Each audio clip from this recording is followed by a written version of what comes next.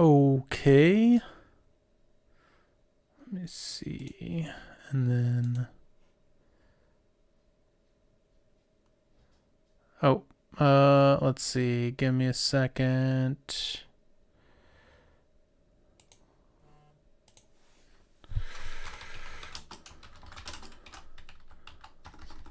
Guess attempt number 2.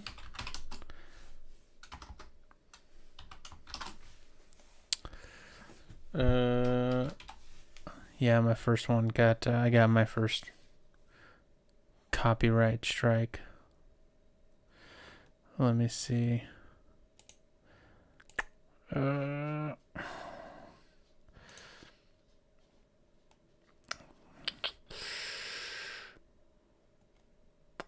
Why is that? Really my fault. I should have known better. I'd heard people talking about how they didn't really pay attention to whether or not you were like giving adequate commentary or anything like that. So just my bad. Let's see. There's that. Okay, there. But I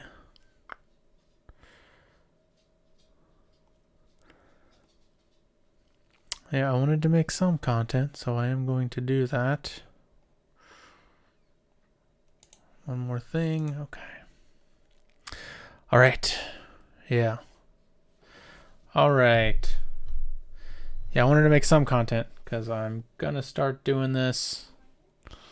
I messed up the first time because I used somebody else's video. I was giving commentary. It talks about commentary in the guidelines, but I guess they don't. I had heard other YouTubers say they don't pay attention to that, so I should have known better. But I'm good now.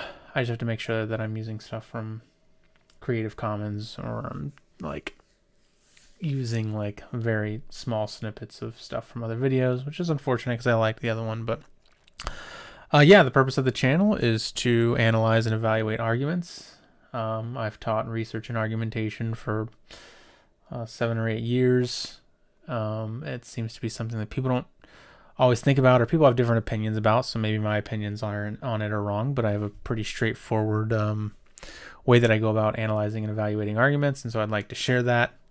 If you check in the description, there's lots of details in there, lots of stuff for you to engage with me on. You could call in. I'm not going to be doing this for forever tonight because I'm trying to get on a sleep schedule, so that's going to be my next thing over the next week, is trying to make sure that I'm doing this earlier in the day. But I really wanted to create content, so yeah.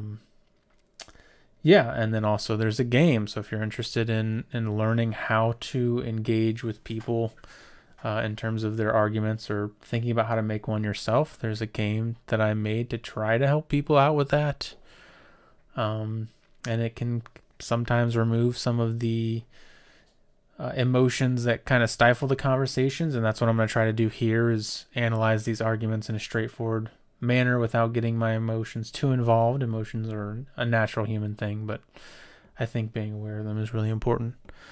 I think that's most of the major details. Let's see, I am developing a whole course too, so there's lots of stuff that I've made to check out. So I'm thinking about what I want to look at. I'll end up covering, I'm sure, a lot of anything that comes out that's new I want to engage with, that in terms of like arguments that are being made. Arguments aren't always being made. I think that's kind of the first issue. So I'm not sure. I think I'm going to go to modern day debates. Let's see. Modern day debate. Yeah. Because I'm pretty sure that they're still... Do I need to still do this? Let's see. I'm going to assume that these are in the Creative Commons. Let's see. Flat Earth. I don't want to do that. I've done that before. Evolution versus creation. I might do that one. Those can kind of be hard to evaluate. I know quite a bit about evolution and biology, but I don't know everything. It might be hard to explain some of it.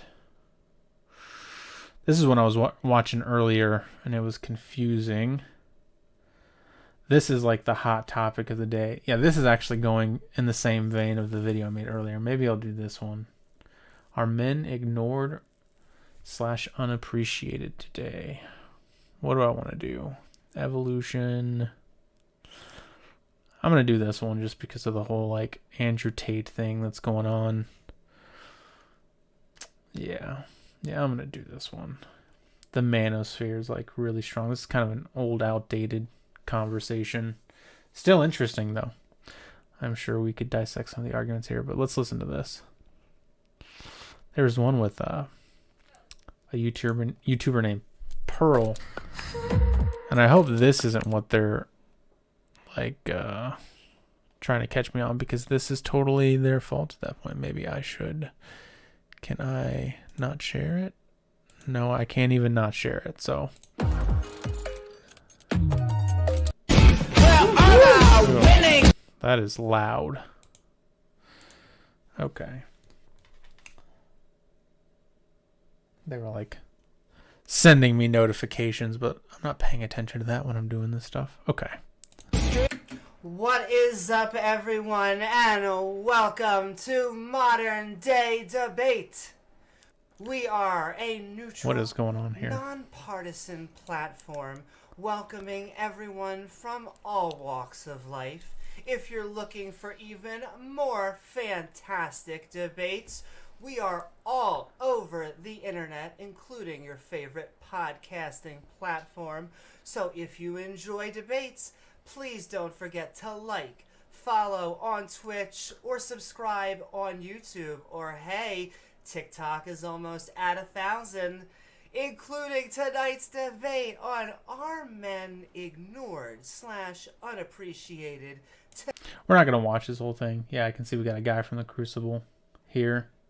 It's been interesting watching some of the people from the Crucible do their thing. Very generally strange. Yeah, they're arguing for the position that I thought they would argue for, so. Today, with our debaters, Andrew and Rachel, and Radical Coder and Ashley, here to help us find out. And if you enjoy what any of them have to say tonight, our guest links are in the description below.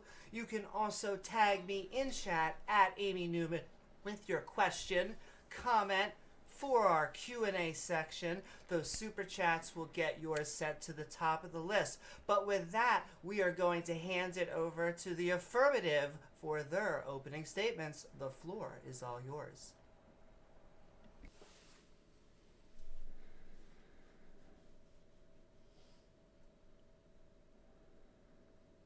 And you may have to unmute. All right. Can you guys hear me okay? We can. All right. So I'll jump right into this. Radical Coder, you're gay, by the way. So are men treated like shit in society? This is the question. Unequivocally, the answer is yes. Before I get into all the reasons that's true, let me tell you what my opponents will argue, which can be only one of two things. It'll either be A, yes, men are treated like crap in society, but that's due to men being in charge. And it's secretly the patriarchy, which is instilling an oppressive system designed to treat men poorly.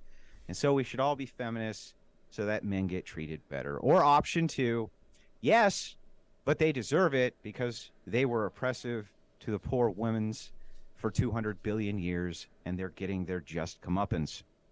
Ultimately, though, I think they will concede in the opening, thus maintaining our 100% perfect tally on Modern Day Debate of our opponents conceding the position before the debate even starts. So where to begin? Let's start with women pretending to be minorities, even though they are actually a majority. Yes? I do actually want to... I'll talk about rhetoric, too, because I think that's important. I want to focus on arguments, though, because I think that's where a lot of stuff gets lost, is that we don't end up sticking to the arguments. We don't know we don't know the different components of an argument and how to look at them or evaluate them. So there's some rhetorical things going on here that I don't really like from this person. But I know that that's kind of like commonplace in discourse nowadays, is to talk similar to this. I don't think it's very helpful. Maybe it makes it more entertaining. That's the idea. But yeah, I don't know. It's not very respectable to me to assume that you've won every debate that you've had and stuff like that. And we'll see what he means by they're going to concede before it even starts. By the way, I'm not. I would actually be on their side on this too. So I would be in the S category, just to, if anybody would want to accuse me of being biased, I wouldn't be arguing probably in the way that they're arguing about it. But just in case anybody thinks that I'm on like the left side here, that's not the case. I just don't like the way the guy is talking. I think this is not helpful. Friends, women outnumber men, yet somehow still have done a bait and switch where they pretend they are somehow a minority who deserves to be protected from what you ask, basically from men hurting their fifis. Yes, be nice is the creed of the modern woman. Women get lighter prison sentences for the same crimes, are favored in divorces. They initiate most divorces, even though they are still favored in them. Schools are tailored to their needs, which is why they do better academically. The list goes on and on and on, and we have an exhaustive list of stats with us. Okay, so he's given, right now we have an argument. I mean, it's modern day debate, so we kind of jump right into it. But, so men are ignored and unappreciated today. And so, okay, well, what information does he have to back that up? Well, one is that they get different sentences for murders. And, if someone is getting different, the reasoning there is if someone's getting different sentencing or harsher sentencing, that I don't know that means that they're ignored or unappreciated. It's definitely biased against them, though. I mean, so there's no doubt about that. He talked about the school system. I don't know about that. I guess I'll have to listen to more of what he's saying. It doesn't seem evident to me that because women do better in schools that the system is tailored for women. Also, the idea of women initiating divorces. I would agree just on the face of it that there are certain aspects of family court that are biased against men, but women divorcing men might not be because the men are ignored or unappreciated. It might just be because of shifting concepts of what women want and shifting culture. I'm not saying it's wrong. I'm just saying there are other options here. So let's see what else is going on here. Let me also remind everybody that men not only are totally benevolent and don't deserve the scathing wrath of horrible harping women treating us all horribly because they are entitled snotty brats, but I can demonstrate this benevolency of men using the Thehonestape technique. Yeah, like if I were going to evaluate the persona of this person in terms of their ability to be honest and make honest arguments, he's really hurting himself. Though, again, I understand, in the climate of modern day and the way that we have conversations, a lot of the conversations do go this way. Calling all men benevolent, I understand that he would probably say he's just being facetious and not to take him too seriously.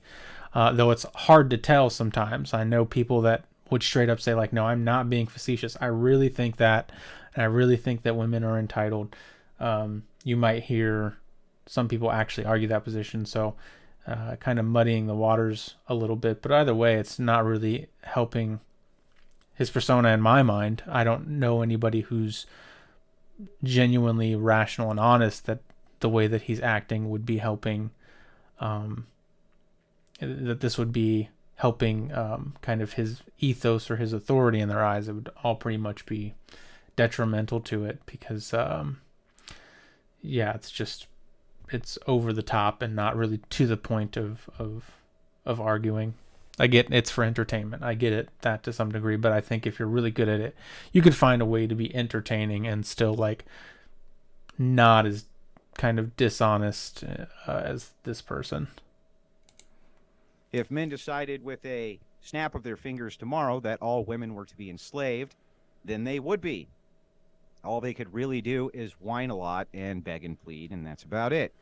However, if women decided, that is ridiculous. Okay, so yeah, he's giving different arguments here, and maybe he could support that. I did. This is I guess kind of a point where I'm not getting his information here to really evaluate it, and so okay, so maybe he somewhere behind this is an actual good argument where he could sufficiently support what he's saying, but like something that men who think like this need to understand, okay, is we live in an era of advanced weaponry. All right. So I don't care how strong of a person you are, a gun can kill you. You're not that strong. Like, stop pretending like you are in a movie, that you're the Terminator and you're just going to eliminate everyone. Okay. Now, are men on average stronger than women physically? At least can lift more. Any way you want to really dice it, on some level you have to understand that this is the truth, but that doesn't really matter when you're dealing with metal. Like, there's not a man alive who is harder than, like, steel, like really strong steel or bullets. Like, there's lots of things that can kill any of us. So no, it would still be, if tomorrow men decided to enslave women, how this would actually run. Because right now I have to take him seriously, which again, I can start to dismiss this person as any type of like legitimate, reasonable person in terms of what he's, in terms of what he's saying and his ability to make arguments because of this statement. If tomorrow that happened, I'm sure a certain amount of women would become enslaved. Some of them might even like not see what's happening to them as slavery, but certain amount are going to have guns and they're going to start fighting back. They're going to have, there are women in the military who understand how to run drones and are mechanics and can build turrets. So it would be a battle. And then you would have women that would move to different locations and they would start society. They would kind of start their own society. I mean, really everything would crumble at that point. For the most part, because I guess if you accept the premise that I think that's what he said, right? All men decide to enslave women tomorrow, then whatever, well, no, I guess, yeah. Male civilizations would obviously still be able to force women to give birth, but women could also do the same thing. So both civilizations could still survive. So my point is, like, this just shows kind of an inability to think complexly about things. And this is where it's just like, you don't have to think about his claim too much. You can think about, you can assess other things here. You can assess his arguments that he's making, and you can assess how he is supporting his claim, and really decide whether or not you think on average he's going to be a more or less reasonable person. It's very clear that he's not going to be a very reasonable person. Even if you're, for whatever reason, undecided about this topic, and I guess there's multiple ways that you could or couldn't be, but whether or not you are, a lot of times it can be helpful to analyze arguments and let those help you decide whether or not the person you're listening to is reasonable. And then as you continue to listen to arguments, whenever you hear that somebody make a claim, you can start kind of making a bet.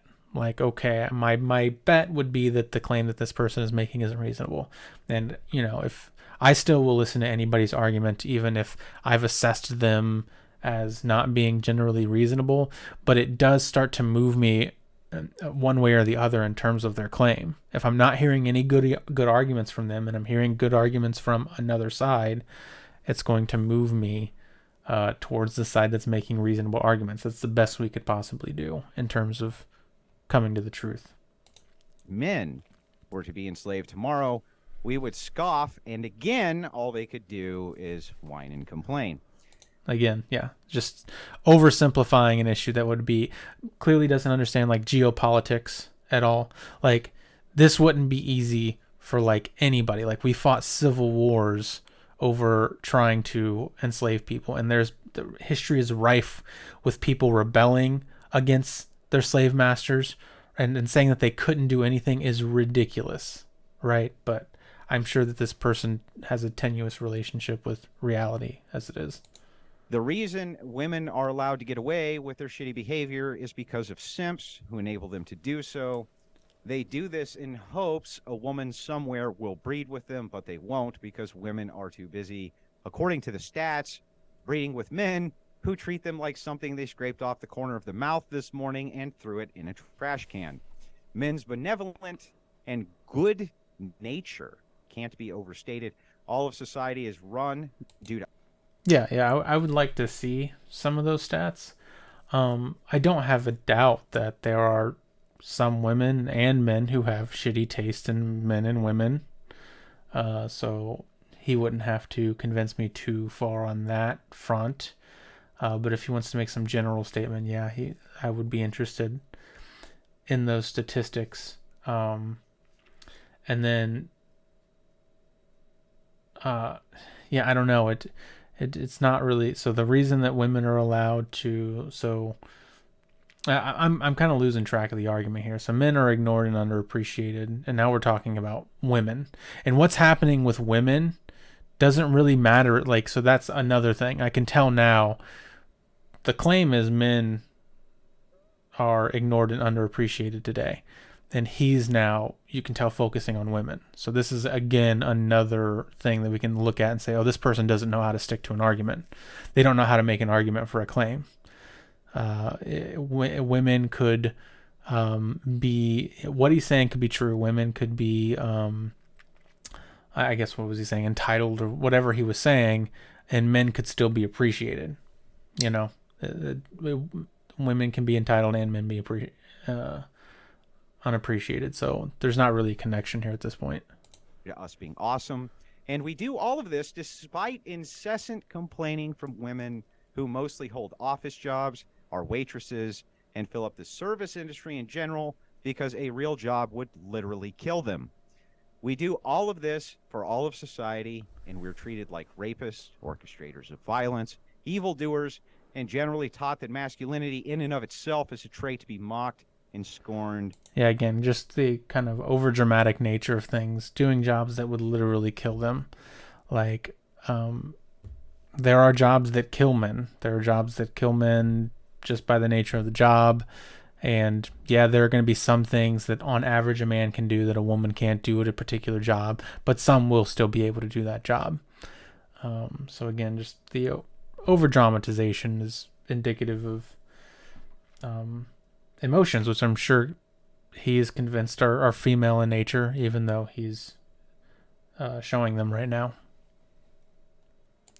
Rather than adhered to. It's a disgusting society we live in that holds these virtues, and we're here tonight to prove that, of course, men are treated horribly, like garbage. Nobody cares about men, not even other men. The expectation of society is that men fix their own... Yeah, see right there, not even other men. So talking about women then, so women could act this way and they could be appreciated by other men. So talking about women really doesn't get to the point as much. Problems, and everybody else's too, chiefly women's. And that's my opening. Thank you. All right, so I guess it's my turn. Some of you guys in the chat theorized that maybe Andrew was being facetious. I can assure you that he is not. That's just his style. He's very straightforward. I'm going to... Yeah, that, I don't think you can... Like, I guess, yeah, sure, it's straightforward. But, okay, great. So she just confirmed what I was saying, that... some people aren't going to be facetious. They really mean the stuff that they're saying, which is just a demonstration of a failed education system. To completely agree with him, and not only agree with him, but back his play here. I did write a book on the subject as well, not to like flex on you guys. But what Andrew Anybody said is can true. publish a book. And where this comes from is that prior to women's liberation, we had a balance of power where men had the monopoly on force, women had the monopoly on reproduction. Women were the gatekeepers of reproduction. Each of you watching this has twice as many female ancestors as you do male ancestors. Women, all they have to do to be able to reproduce is... Wait, hold on. I'm gonna back this up.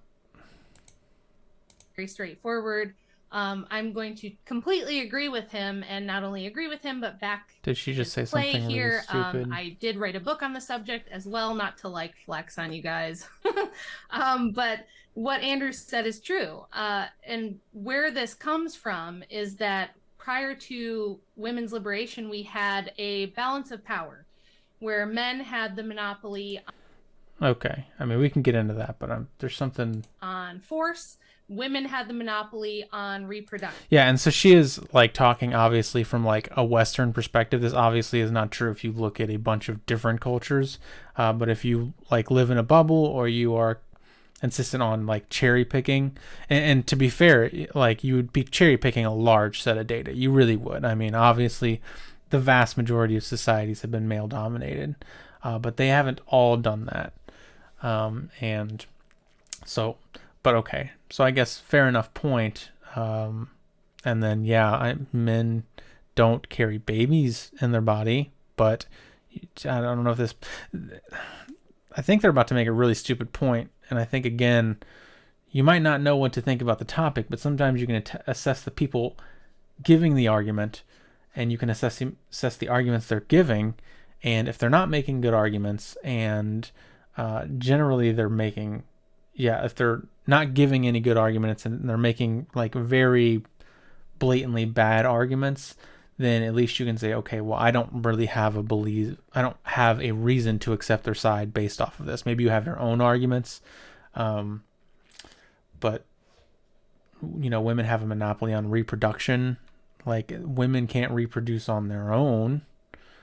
So, I mean, yes, women carry the babies to term, but reproduction is, it takes two people to do. And then she said, women were the gatekeepers of reproduction. Each of you watching this has twice as many female ancestors as you do male ancestors. Okay. This might be my own stupidity. Women we all have twice as many female ancestors as you do male ancestors. Is she just being stupid?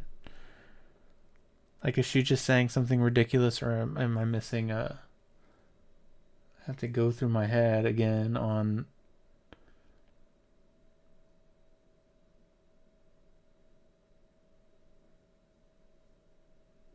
I'm not seeing a way that what she's saying is making sense here. So I guess I would have to hear her support it.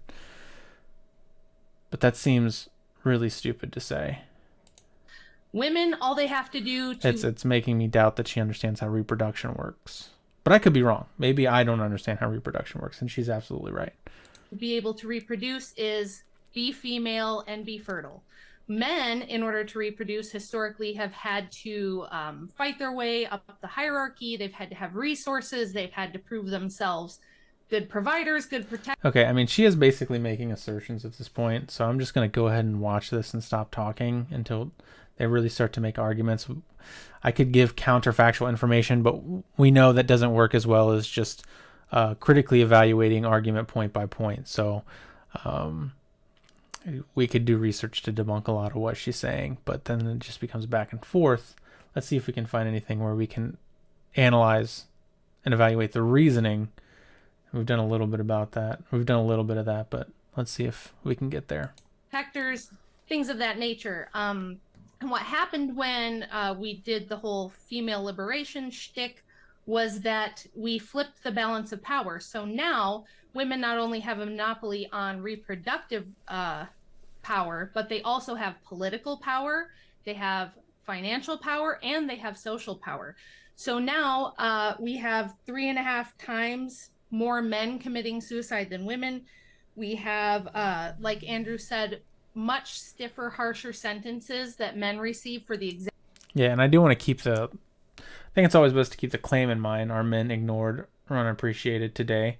I think suicide rates could reflect that for sure. So that's, I think, fair. I don't think women having a certain, like, being given power in a certain sector means that men are unappreciated and ignored. That really, it's like, I can imagine plenty of scenarios where two people both have power and they're both appreciated and not ignored. Happened when we did the whole female liberation shtick was that we flipped the balance of power. So now women not only have a monopoly on reproductive power, but they also have political power, they have financial power, and they have social power. So now we have 3.5 times more men committing suicide than women. We have, like Andrew said, much stiffer, harsher sentences that men receive for the exact same crime. Okay, yeah, and then again, that's, I think, a point that goes into bias. Does it mean that men are ignored, or it definitely doesn't mean they're ignored, right? If you have to pay attention to somebody to give them a harsher sentence. Does it mean that they're unappreciated or even underappreciated? I'm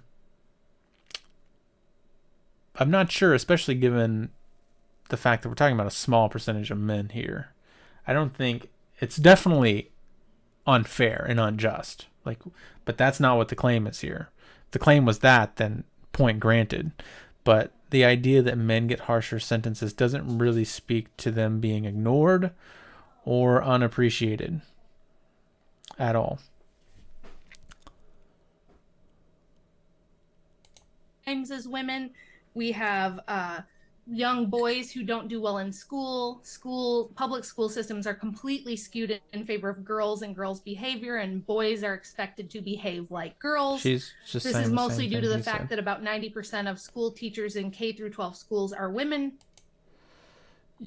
Okay, and I think that's something that I wonder if I were talking to this person, and debating with them, if we could just be like, okay, so let's really encourage males to become teachers, or is it going to be that's not a manly job?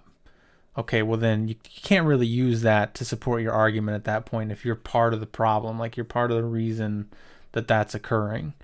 But hopefully there would be common ground to be had here where it's yeah, sure, we want more men teachers. I agree with that, absolutely. I think there should be more teaching should be a very diverse thing, because you are in some ways a role model for the students, and you're going to have every type of student. So it makes sense that you would have every type of teacher. That seems fair. Does that again speak to men being ignored or unappreciated? I'm not sure. Men can get the jobs. Maybe let's assume that there is some bias where they won't give men teaching jobs. And then we can also talk about the reverse here, where a lot of women complain that their authority isn't taken seriously as teachers. But, even granted that, I think the second part, yeah, if we found out that there was people weren't hiring men because they were men at teaching positions, I would say that says something about them being maybe unappreciated and ignored. Okay.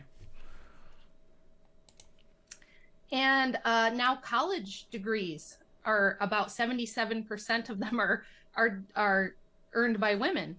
So women have social power, they have financial power. About 80% of every consumer dollar in the United States is controlled by women. So all the marketing is geared toward women, all the entertainment is geared toward women. The highest earning entertainer I'd be interested in the data on that. Of 2020 was Kylie Jenner. She doubled the next closest man on the list, who was Kanye West. Women have tremendous. Yeah. It's weird to me that she's relegated this to entertainment. She would have to, right? She would have to. Because if you do that in terms of who makes the most, it's definitely going to be men, right? Just men who make the most. But she has to stick to entertainers. That being said, again, there's common ground here. I don't know that there are certain people who are in the entertainment industry that deserve the money that they've gotten. But that's also beside the point. Amounts of power, and men have almost none. The family court system is skewed very much in favor of women, although that's changing a little bit because there are some good men's activism groups working on that. It's pretty indisputable that women are worshipped and praised and... Yeah. And again, this is losing track of the main topic for me in some ways. And I think maybe I've lost track of it sometimes too. I'm not on my A game right now. I will be in the future though. But, the claim, are men ignored or unappreciated? If men aren't, if they're being denied custody of children more, things like that. And if we have reason to believe that's just because they're male, not because of something else, then yeah, it seems like on some, I guess none of this really speaks to the, fundamentally, this all just seems, it seems like the debate topic would be better just to be like, if is society bias against men in some ways, because then I think a lot of the points are granted. None of this involves men being ignored or necessarily unappreciated. Maybe, the point here is that maybe men are being unappreciated in terms of as, being worthy of being a parent of a child. I could see that. So I think that's a point granted where I wouldn't take time to argue against that. But there's lots of other stuff to argue against here. Treated with a lot of bias, and men are kind of treated as expendable and like they can just be thrown away. And the reason for this is because there is definitely a role in society where men are kind of expected to, or traditionally have been expected to throw their bodies on the line when stuff really goes wrong. And I don't think that's right. And that does to me show some lack of appreciation for men's lives. And maybe it could be viewed as them being ignored. So I could see that. Now we have an industrial tech. But, and also we shouldn't at all be speaking, and you can tell the way that they're talking about women. And it's just okay, if you're going to make this claim, stick to supporting this claim, because men can be ignored and unappreciated, and women could also be ignored and unappreciated. Or some men can be ignored and unappreciated, and some men can. Some men are, and some men aren't. And women can be appreciated and not ignored, and men also be appreciated and not ignored. So there's a lot of different options here. The fact that they're trying to intermingle all these things really demonstrates that they have a loose grasp of how to support one claim with good information. Technological society that gives us this false illusion that women can do everything men can do. However, the average CEO boss bitch gets up in the morning in her condo or her apartment or her house that was designed and built by a man.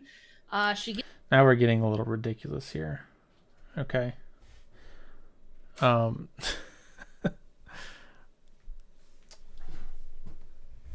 Yeah.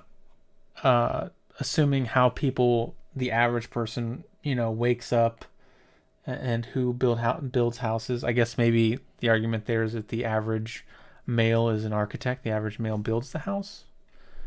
That might be true. Yeah, that might be some stuff that we could, but it's still irrelevant. I guess that's the point.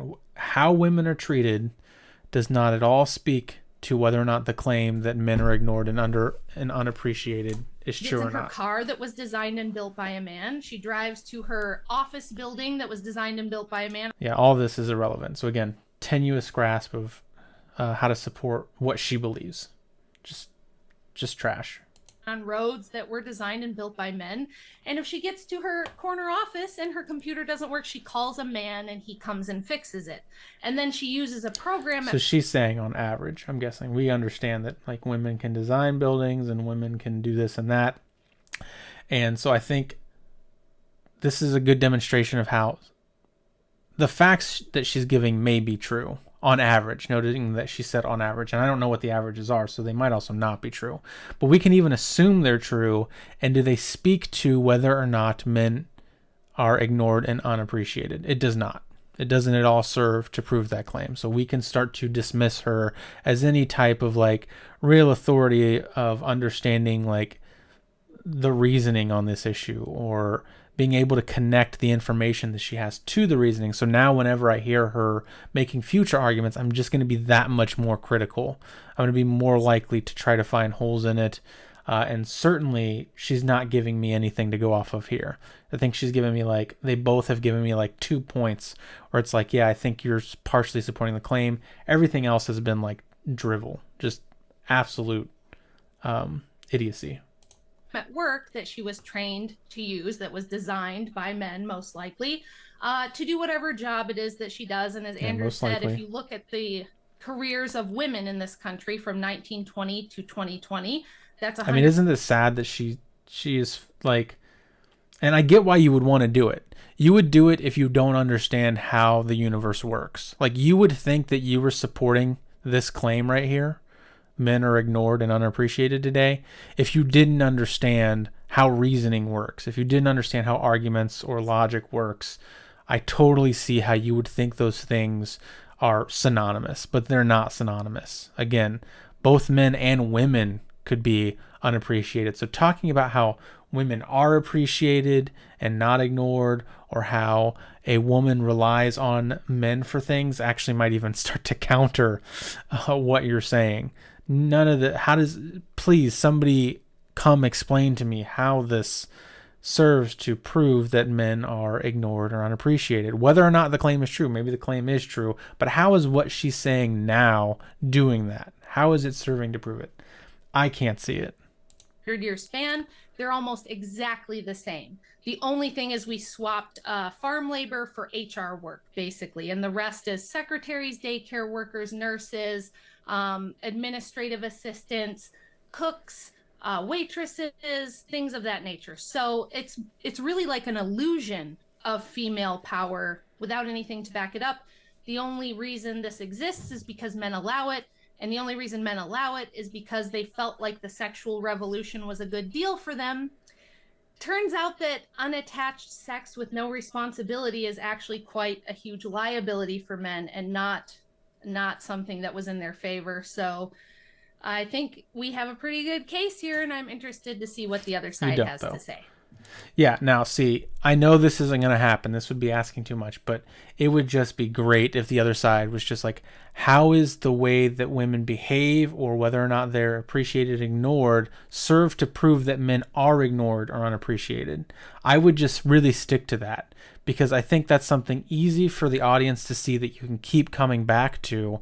And because right now what's happening is people are looking at the claim, and they're hearing them give information, and they're going, okay, well, I believe the claim is true, and they're giving information, therefore my beliefs and my ideas or whatever are validated. And if you can start to really undermine that and get people to understand that there is no connection, that both men and women could be unappreciated and ignored, then the whole conversation about what happens with women or the way women are treated or what they do becomes irrelevant. And then people start to pull back from people like this.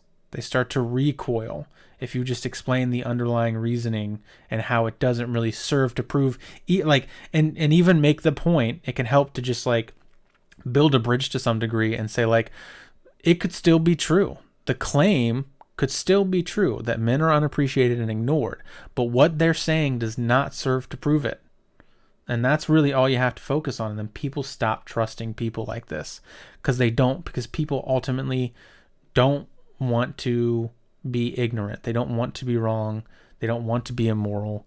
Many people don't understand the connection between, they don't understand how they should be thinking about the connection between their information and claim. And so I don't think that that's what they're going to do, because very few people that I know do it. They could do it though. I guess I'm just making assumptions at this point, but that would be really, I think, a good thing to see for them to really explain there. Could it be the case that a woman is a CEO and she does go to, she does live in a house that was designed and built by a man, and goes to her job that was designed and built by a man, but men are still appreciated and not ignored. Because if it is, then what you're saying is irrelevant. It cannot serve to support the claim. Like, people need to have that stuff spelled out for them, and then eventually they will get it, and then we can move on from, we could at least get rid of the bad arguments. We might not agree on everything, but let's just, like, can we at least get rid of the bad arguments? Thank you so very much for both of our interlocutors on the affirmative side. Sounds like a cat. And with that, we are going to hand it over to the negative side. The floor is all yours. Brian, did you want to start us off? This is a canvas, and I'm going to paint it with matcha. Sure. So I guess I'll start out. I did think it was interesting at the outset that it was, when we were asked to do this debate, that it was kind of implicit that we would take the no position. I don't have a solid answer on this question. Yeah. That, now I think he's doing the right thing at this point, because I wouldn't be taking the negative on this either. This might be true to some degree. And it may not be true. I can't imagine that it's true on like the largest scales that exist, but to some degree it may be true. I would just be kind of more agnostic about it, and I would say that they need to be making their argument. But I don't really know entirely yet how to engage with the question. I wrote down a bunch of notes during that, so we'll walk through this. I think the first question I have is like, which men are we talking about, and by whom are they underappreciated? I would say that like it depends on the context a lot. Like we can... So you notice the generalities, the not really being specific, not understanding the connection between information and claim, and this person immediately getting specific. That's something that's like a big sign that somebody isn't a very strong critical thinker, is that being specific like annoys them, or they don't like it. They'll call you like pedantic, which sometimes people who are being specific are being pedantic, so that's sort of fair, but you should be able to tell the difference between the two. If we're going to talk about how men are ignored or unappreciated, we need to know specifically who we're talking about. And then from that, we can see how the information is relevant to support that claim. If you're going to say it as a generality, which, okay, let's just assume that they are, then a lot of the information that they're giving isn't supporting what they're saying. Argue in a lot of cases that men are underappreciated by other men. We can argue they are underappreciated by women, but like this whole like gender warfare thing is really boring to me. So I'd like to be like way more specific when we're talking about these things. Maybe we can kind of hammer a lot of that down as we go through. That's kind of my biggest my biggest point of contention with like the whole framing here. Last time I was on, I did challenge James to a debate about whether or not modern day debate is actually a neutral platform. So maybe eventually I can follow up with that, because I think it's interesting that Andrew says, oh, they always concede the point or whatever. I think last time something like that happened. I agree with this guy's facial expression right now. This guy's got to move on. I think he started off on a strong foot, and now I'm not sure where we're going in terms of supporting. I mean, like, just as a general rule, I wouldn't accept a debate, and I hope I never do this. I hope that I never get to a point where I'm accepting debates where I don't actually agree with the proposition. And so this is still on him. He's taken the burden. He needs to be arguing for the claim. He's not really doing that at this point. I think maybe the framing of the questions might have something to do with why it's so easy for Andrew. It's kind of a vacuous question, really. Are men underappreciated? Like, we just have to be way more specific about this. Underappreciated in what ways? By whom? All of these are really big. Like, it's just without answering these questions, we can't even begin to have the conversation. So I guess that's really where I'd like to start going. But I'll let Ashley give her perspective on things for now. Okay, yeah, short and sweet. And then again, I am looking at attitude. So just the whole time she's just laughing at every ridiculous thing this guy says, and I don't know. That's not what an adult acts like. I mean, look at this. Like, that's not what an adult acts like in my mind. That's not how an adult acts. Maybe it is, and some people who are over the age of 18 that think they're adults act, but yeah, it's pretty bad. There was another point that I wanted to, and this guy's snickering too. Yeah, why is it always like with certain positions, the other side who's acting are acting like children? That's a very strange thing. Yeah, I agree with you, Ryan. I was kind of I don't think Andrew was responding the way that I thought he was originally, so I'll take back what I said before. But she definitely is kind of acting like a child. This was really short and sweet. And what he was saying about like it's not very specific. Yeah, that goes back to some of the stuff I was saying. Like some of the stuff that they're saying may serve to support their claim, but because they're not being specific about exactly what they're saying, it's hard to tell. But I can give them the benefit of the doubt and still say that maybe men aren't as appreciated as they should be when it comes to the role that they should have in raising children, and so court systems give women or they're biased in terms of giving women custody, and that would be like, okay, yeah, and I think we can agree there, and let's do something about that for sure, right? I think there's some argument to be made about like, well, this being came out of my body, but it is like, okay, well, what role are men supposed to be playing then in a child's life if, so okay, so you have a mother who is abusive and doesn't hold a job and this and that, and you have a dad who is very emotionally composed and does hold a job, but because the child came out of, it's just, honestly, if the fundamental question isn't who is going to raise the kid better, then you're dealing with like a broken system that may be ignoring and underappreciating men, or not appreciating men, and not appreciating children really more than even the men, not appreciating and ignoring the children, which is to me even worse to be doing that. That should really be the underlying question in court. But I'm not convinced it always is, but maybe it is.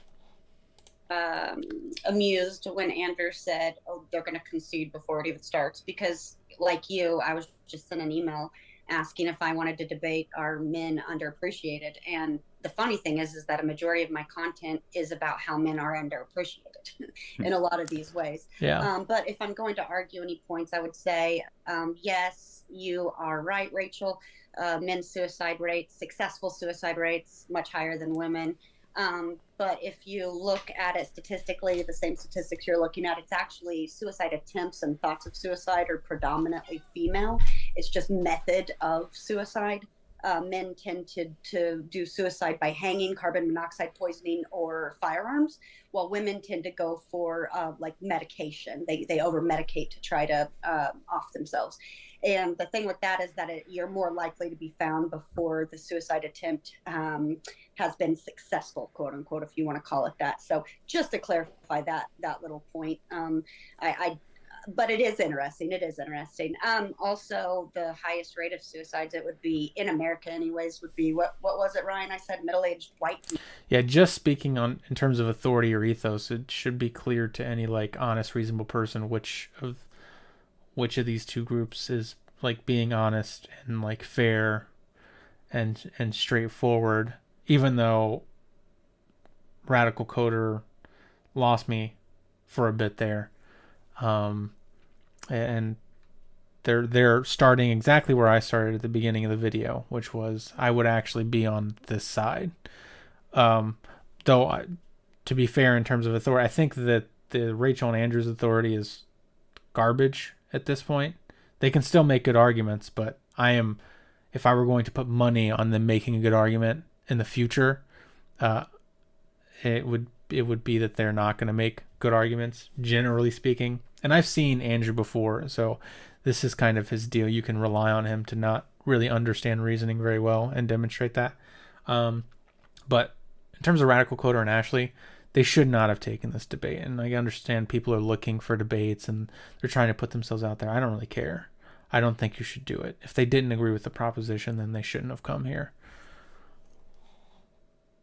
males. Yeah, middle-aged women. Yeah, middle-aged white males. And then another thing that I thought was really interesting, you guys were talking about the schools, right? And how education is catered primarily towards females. I don't know how much I agree with catered towards females, but I do know that the rates of female college graduates are well outnumbering male college graduates, that I'll agree with you on. Another interesting statistic I looked up earlier. But again, see, they're not doing the thing that I was saying I think it would serve them best to do at this point. Point that out. I agree with you. I agree that female graduates are higher than male graduates. How does that serve to prove that men are ignored or unappreciated? Like, if men just don't want to go to college, right? How does that mean that they're ignored or unappreciated? And then maybe her response could be, well, here's information showing that men are ignored in schools, and or boys are ignored in schools, and so obviously you're not going to want to go to college if you're ignored in school. And then we could get there. We can make some type of connection there, but it's not really explicit at this point. How is what's happening with women serving to prove the claim here? It's really not. It's not the best tactic to focus on what women do, as much as it is to talk about what's happening to men, which they're doing little of. There was I think, what was it, in the span between, in 1 year, from 2021 to 2022, female CEOs went from 17% up to 30% in 1 year. Because that was a point I brought up to Ryan. I said, I wonder if that number is going to change, in 5 years, 10 years, 30 years down the road. If we're having more female college graduates than males, then wouldn't one assume we'd have more, female CEOs in the future than male. So that's another interesting thing. And then one thing you said, Rachel, that I can agree with, but maybe we'll have a slightly different opinion on, even though we agree, but kind of different, is that you were saying that, I kind of like the way you worded it, actually, who would guess, unattached, just sex, without any consequences, wouldn't be good for you. I will agree with you that I think that the traditional role of family, I like the start out and attitude of these two people, and then these two people are trying to be reasonable and find common ground, and then their facial responses are slowly calming down. They really went from really excited and prideful to kind of more milquetoast or just dulled down. Yeah, you were a jerk. You started out a jerk, and now you have two people who aren't being a jerk to you, and now you're just a jerk. And you have to rely on a fan base of people who are jerks, but people don't really generally want to be that way. A husband, wife, son, daughter, etc., has kind of, I don't know if it's gone out the window, but it's definitely largely perverted, one might say, from what it used to be, for lack of a better adjective maybe to use there. But I also think that one thing Andrew said too, it's breeding this kind of culture of simps, the beta simp male that's trying to sniff after the girl and chase after her to hopefully get some poonan, he may or may not. That's interesting to me too.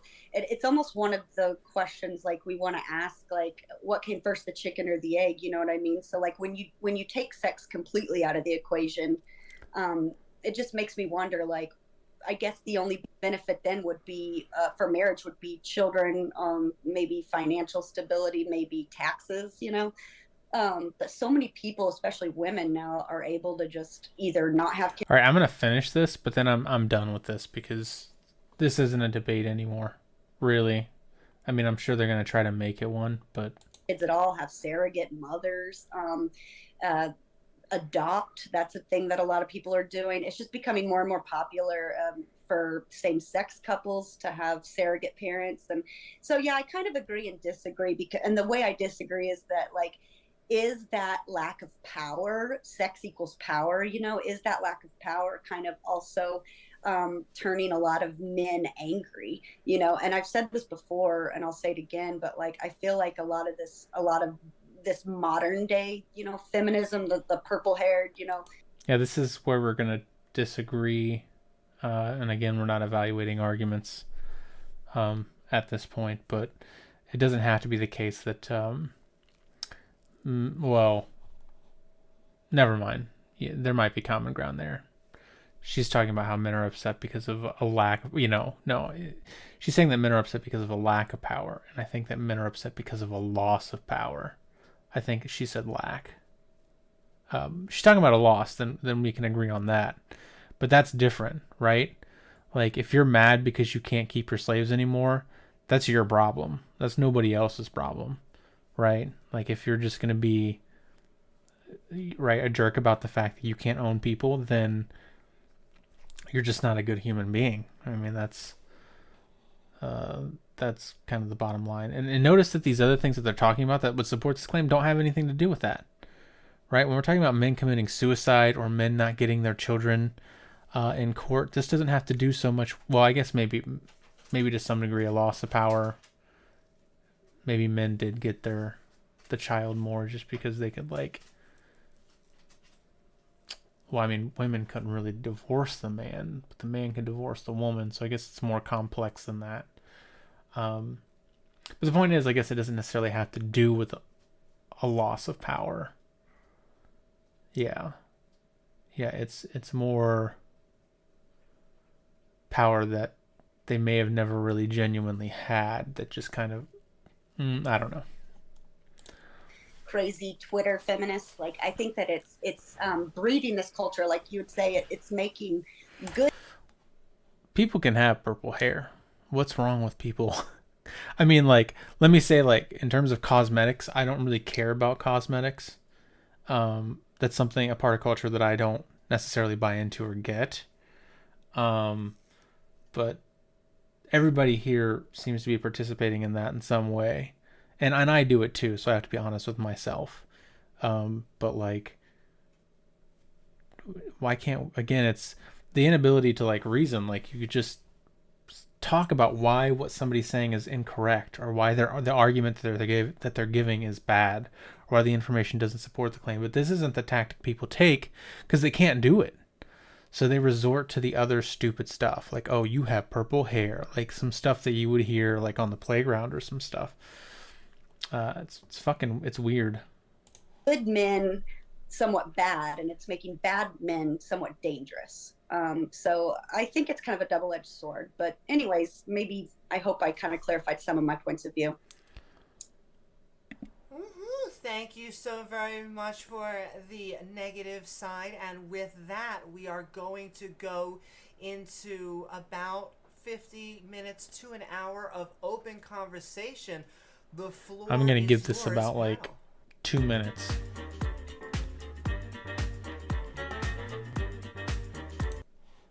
All right, I just want to first point out that, as Andrew predicted, they conceded pretty much right out of the gate. They kind I of definitely said, didn't concede anything. See, this is why I just wouldn't take the debate. I do think he kind of conceded. I think they both conceded. And yeah, Andrew said that he conceded, but it wasn't in the way that he was saying that they were going to concede. He seemed to, it seemed to me that, maybe I'll need to go back and watch it, but he seemed to be, like, saying that they wouldn't be aware that they conceded, which I guess the guy isn't aware, but it was more subverted than that. Whereas they just took a debate they shouldn't have taken. Well, okay. Look, if you can't suss out your position in a debate when it's proposed to you, you don't get to come on and then look weak and say, well, I didn't know and I didn't understand. Yeah, she's being childish, but she is right here. So she's being childish. She's being a child. But what she's saying is correct here. Yeah, like, why did you come on this show? You can't come on the show and then say, well, I really agree with you. Okay, well, then don't take the debate. Like, yeah, I don't know if I can watch much. I definitely can't listen to this chick talk anymore. And I feel like it wasn't now you explained to me. Okay, all right. Yeah, I can't do it. Let's try something else. Let's go back. Yeah, all right. I'm going to listen to...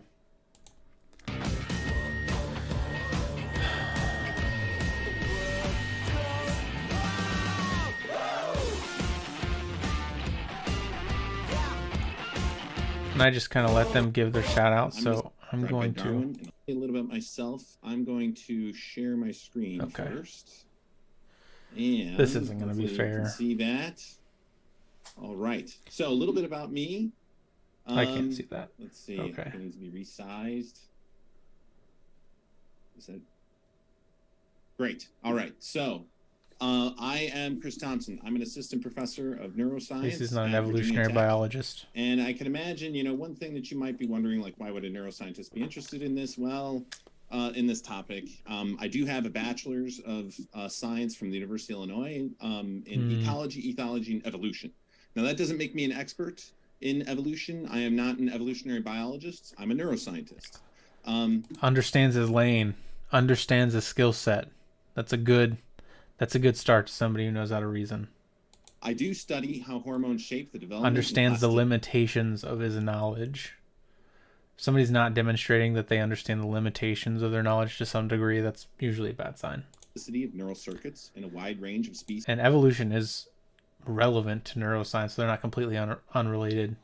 But at first I thought when I saw a doctor, I thought he might be an evolutionary biologist. That wasn't going to be really fair, even though I think it should happen. I think more evolutionary biologists should be debating people who disagree with them, should be talking to them. And unfortunately, experts are just really busy people, and they just don't want to take the time. But then it's just like, okay, well, when, schools are privatized in certain states and they treat evolution as if that it's just some flight of fancy idea and that really it's just as legitimate as creationism. What do you like, you're not engaging on it at all. So like, what do you think's going to happen? But it does look like he's got some credentials here. Study the hormone shapes, development, and plasticity of neural circuits in a wide range of species. Okay. I do this in a wide range of species because animals and humans share a common ancestor. Yeah. So I can learn things. And that's how it's from related to animals that I do neuroscience. work with, and I can understand how that applies to human health. And if you understand the development of the brain, it makes perfect sense. So the other thing, of course, it's like brains branch that, off from each other. The views that I express tonight are going to be my own, and just do like not everything reflect else. the views of Virginia Tech. Okay. Now, a little bit about this debate. Now, this issue is not about science. This is a debate about creation and evolution that touches on scientific topics, but it's not about science. It really isn't. This is a theological debate between a worldview that requires a literal interpretation of the Bible and a worldview that does not require that interpretation. The majority of people all over the world do not start with the first principle that every single word in the Bible must be 100% factual or true. They just don't. In fact, many religious people see the Bible as allegory and metaphorical. Yeah. Yeah, in fact, the person who mapped the human genome, Francis Collins, right? He completely accepts evolution because he would be a liar not to, having mapped the whole human genome and understanding that it coincides exactly with different variations of descended species were related to. You can see it clearly in the DNA, but he is still a Christian. He just understands that it's it's something more spiritual that he can't necessarily explain and isn't trying to. It's for him and his faith, and he's not going to be a liar and impose his worldview on the actual world. He's going to let the world be what the world is. Debate between a worldview that requires literal interpretation of the Bible. Yeah, that's true. You can be a Christian and still accept evolution and lots of things in science, and that's okay. I don't think anybody should be trying to take away anybody's faith if it's their faith for them and not for other things, or they're trying to deny what's true and impose their worldview on other people where they're not willing to give sufficient data to back it up, or it's going to come down to, well, this is what I believe. Okay, well, if it comes down to what you believe, then you need to stay out of the democracy in which we're all impacting what happens in everybody else's life. That needs to be fact-based. Though I understand people who believe in creationism think that their worldview is fact-based. I get that. Okay. I want to get to the arguments, though. Most accept that Sorry. evolution is an accurate working model of the history of life on Earth. It's just religious fundamentalists that start with the first principle that the Bible must be 100% true. They start there, they go out into the world, and then they cherry pick evidence to fit their worldview. Now, what are the differences between evolution and creationism? Evolution, we believe that there's common descent with modification. We believe that there's a universal common ancestor. We have a mechanism to explain that change over time. Natural selection is a very powerful, non-random mechanism described by Darwin and elaborated by others since then on heritable traits through DNA. This is reminding me of that chick that said that humans have twice as many female ancestors as male ancestors. I'm still trying to wrap my head around that. Please, if somebody's watching this and you understand what she's saying and I'm wrong, please let me know. Otherwise, I'm going to continue to think she's wrong when she's not, and that I'm right when I'm not. But definitely you have a male and female. I mean, it's believed, I've heard before that that humans have more, they get more of their DNA from females because of the mitochondria. And that may or may not be true. Maybe it is true, but that doesn't mean we have twice as many female ancestors. How does that chick think that? How does she think that humans reproduce? I'm so confused. The Earth is old. It's around 4.6 billion years old. That's not really necessary to believe in evolution, but it's just another component of this whole debate. And of course, there's, we explain biogeography, where animals are located across Earth, and overall geology. That's explained by natural mechanisms, not supernatural ones. Now, creationism, they have a belief that there are kinds. Okay, what's the proposition here? Fuzzy on what that means. That are specially created de novo all at once. Now, as far as a mechanism by which creation occurred, is there a reasonable, testable hypothesis or mechanism beyond magic and the supernatural? I don't think that there is one.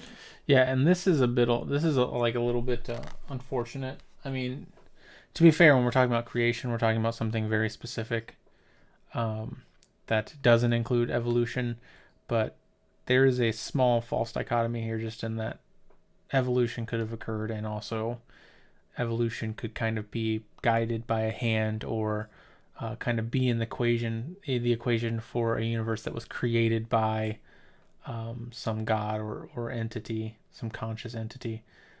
So those are both possible. But that's kind of beside the point, I guess. But all this is relevant because it's creation versus evolution. So he's got to talk about why, he's got to give his argument as to why evolution is correct and why creationism is. Right now it looks like he's just explaining the different sides. So he's not giving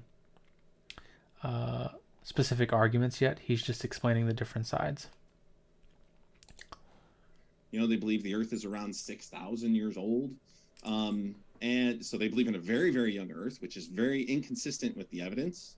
And then as far as biogeography and geology, they believe that these things are explained by Noah's flood. Now, the lines of evidence that support evolution, they're numerous. I can go through all these different things, the fossil evidence, comparative morphology, genetics, biogeography. I don't have enough time to go through all of these things. It's just way too much to cover in about 10 minutes. Yeah, I'll probably say this multiple times on this just because I think it's good information to put out there. But the genetic argument really is like pretty much enough. The morphological evidence is like a good backup, or it explains it kind of further. There can be some way that genetic relation doesn't necessarily indicate a common ancestry among all species, though by the time you look at the morphological evidence, any doubt kind of goes away at that point, any reasonable doubt. But I mean, what we're talking about here is like, if you've ever watched Maury and they do the DNA tests, right? You are the father, right? It's the same test that we run. In fact, that one is cheaper and less rigorous. It kind of has to be than the one that's run to find commonalities between species. And the reason that it works is because you're not 49.9%, you're not 50% your mother and 50% your father. You are, 49% plus your mother, 49% plus your father, and then you're some small percent mutation that is uniquely you, and that mutation is not in your parents. And so when you have a kid, you pass on that mutation. So now when they test your kid, they will see that mutation that occurred in you in your kid, and they know that it's your kid. It's the same reasoning. It's the exact same reasoning when we're looking at animals. We do electrophoresis. This is the experiment. So at this point, you can deny what's true, right? Like you can just be a liar, or you can admit it and move on with your life. Okay, it's the, you know, and what happens when somebody is on that and they're like, you know, well, that's not true. You know, if you see a guy on Mara and he's just like, that's not my kid, even though the DNA evidence says it, right? Not even creationists are like, well, maybe he has a point. You know, maybe, you know, same design because of the same designer. Nobody does this, right? Nobody does this. A lot of people just assume that it's correct, but it's because nothing's at stake for them. And we understand that the guy is behaving that way because there's something at stake for him. He doesn't want to be the father. We don't want to be related to chimpanzees and bonobos and other apes, okay? But it's in the DNA. The variations that occurred in an ancestor long ago are both in us and them, and we can track that variation. We can track it the same way you can track it if you can track the variation of you in your children and your children's children and your children's children's children. And you can see how closely related you are to your cousins and your second cousins and your third cousins, and how you are more and less related to all those people. It's the exact same pattern with every species on Earth. It's the exact same pattern. It would be like if God were real, God would have to be deliberately making it look like evolution occurred, which would be strange. It would be a strange thing to do. But, you know, that doesn't mean it didn't happen. That doesn't mean God didn't do it that way. But going just based strictly off the evidence, it happened. So what I'm going to talk about tonight, or at least right now, is genetics. Sounds very smart to do. So as far as the genetic evidence goes, what we can see is that organisms with recent common ancestors have more similar DNA than those with more distant common ancestors. And this isn't explained a lot, so I'm going to explain this just really quick. But it's not just that they share similar DNA. It's that they share similar variations. Again, when I was developed, when we're all developed, we have variations. We are not exactly 50% our mother and father. A small part is a variation that occurs only in us, and we pass on that variation to our kid. Our kid has their own variation, and they pass on our variation and their variation to their kid, so on and so forth. And so we can tell that a kid is mine. We can also tell that I'm more related to my brother if we share the same parents than we are to our cousin, because the variations are going to be different. Me and my brother are both going to share the variations of our parents, and our cousin is going to share the variations of our uncle and not our variations. This is exactly what we see.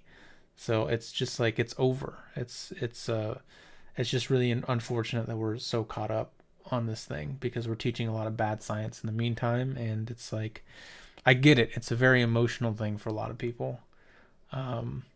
But lying about it, getting angry about it, none of that's really going to serve you well. So I'm going to walk through that and the logic behind it. So one thing about genetics is that we can look at stretches of DNA and compare it across different species to see differences. And those differences, so there might be subtle differences in the sequence, right? So DNA is made up of nucleotides, A, G, C's, and T's. I might skip this because there may be differences between two different species. We refer to this phenomenon as a molecular clock. This allows us to estimate when there was a last common ancestor. So now many stretches of DNA, they will accumulate mutations over time at a relatively constant rate. So what I have here, this is an image you took. I mean, this is needed. This is important. But this just gets explained over and over and over. And the rates of people who believe in evolution have remained mostly the same. I think it's probably just because they're not watching stuff like this. Because it's uncomfortable for them. I get it. It's an emotional thing. From this website, this is an excellent website. I kind of just explained a lot of this. Just non-beneficial mutations.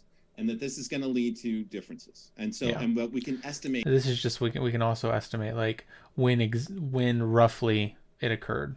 Just like you have kids, and then let's say 1,000 years down the road, if all of your descendants had offspring, we could find them and we could figure out roughly what time you lived, because genetic variations happen at a pretty consistent rate.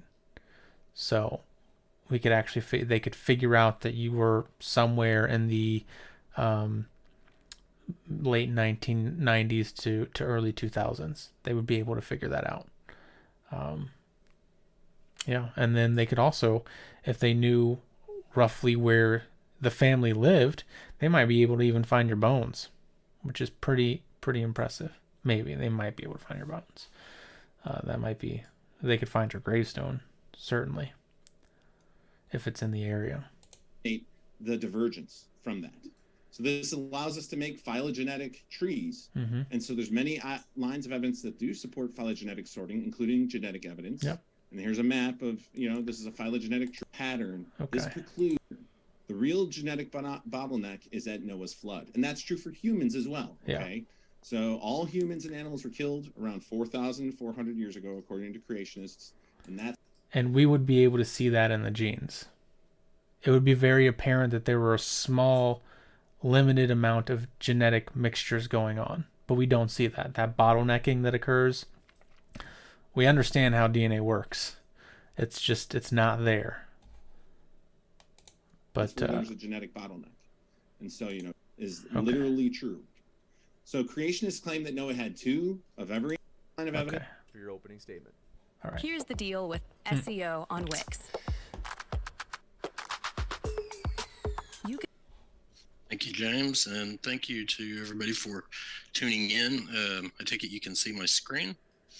Yes. Okay, real quick, a little bit about myself. I come from an engineering and manufacturing background, not a quote-unquote scientific background, although there is quite a bit of science that goes into engineering and manufacturing both, and it is studied at the university level. So it's not like I'm without an educational background to support my position, but be that as it may, my position is young Earth creation. The Earth is roughly 6,000 years old, plus or minus 200 years. And so I'm here to defend the biblical historical account.